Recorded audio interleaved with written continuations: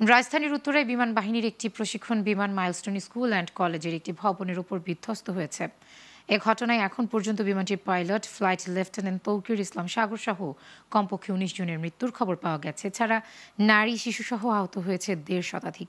বিকেলে গড়িয়ে সন্ধ্যা হলেও আতঙ্ক কাটেনি স্থানীয়দের। এরই মধ্যে আহতদের উদ্ধার করে পাঠানো হয়েছে রাজধানীর বিভিন্ন হাসপাতালে। বিস্তারিত জানাচ্ছেন মারুফা কামাল।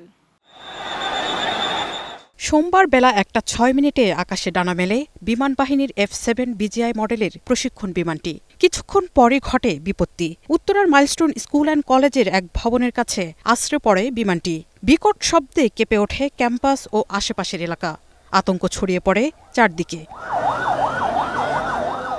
মুহূর্তে আগুন ধরে যায় বিমানটিতে, ছড়িয়ে পড়ে কলেজের ভবনেও। প্রত্যক্ষদর্শীরা জানান বিমানটি বিধ্বস্ত হওয়ার কিছুক্ষণ আগেই কলেজের শিক্ষার্থীদের ক্লাস শেষ হয়। তবে ক্লাস চলছিল শিশু শ্রেণীর। তাই বিমান বিধ্বস্ত হলে মাঠে থাকা শিক্ষার্থীরা গুরুতর আহত হয়। ঘটনাস্থলে ঝরে অনেক নিষ্পাপ শিশুর প্রাণ।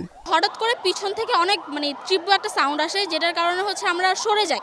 কারণ এই সাউন্ডটা এতই জোরে ছিল যে আমরা সবাই ভয় পেয়ে যাই। দেন আমরা যখন পিছনে তাকিয়ে দেখি কি অনেক আগুন লেগে গেছে, অনেক বাজে অবস্থা। তখন আমরা আমাদের কথা ভাবি না, আমরা ভাবতেছিলাম কি বাচ্চাদের কি হবে। তখন সামনে দেখে কি একটা বাচ্চা 2 ভাগ হয়ে পড়ে আছে, তার মাথা থেকে রক্ত বের হইতেছে। এই অবস্থাতে আমাদের নিতে মনে চাইতেছিল, কিন্তু আমাদের এত অবস্থা খারাপ ছিল, এত ভিড় হয়ে গেছে না, আমরা কাউকে কোনো কিছু করতে পারতেছিলাম না কোনো কিছু।